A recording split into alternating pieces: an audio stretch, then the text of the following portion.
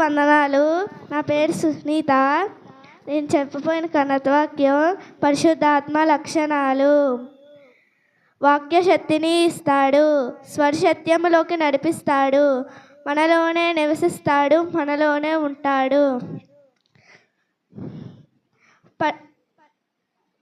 సమస్తం బోధిస్తాడు, ఆదరిస్తాడు, నడిపిస్తాడు, సహాయం చేస్తాడు,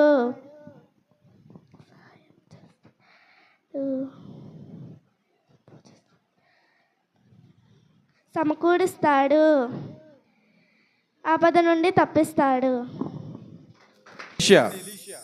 అందరికీ వందనాలు. నా పేరు జి ఎలిషా. నేను చెప్పబోయే కన్నతవాక్యం పేరు ప్రేమ లక్షణాలు. గాక విశ్వాసము, నిరీక్షణ, ప్రేమ ఈ మూడును నిలుచును. వీటిలో శ్రేష్టమైనది ప్రేమయే. 1 కొరింథీ 13:13.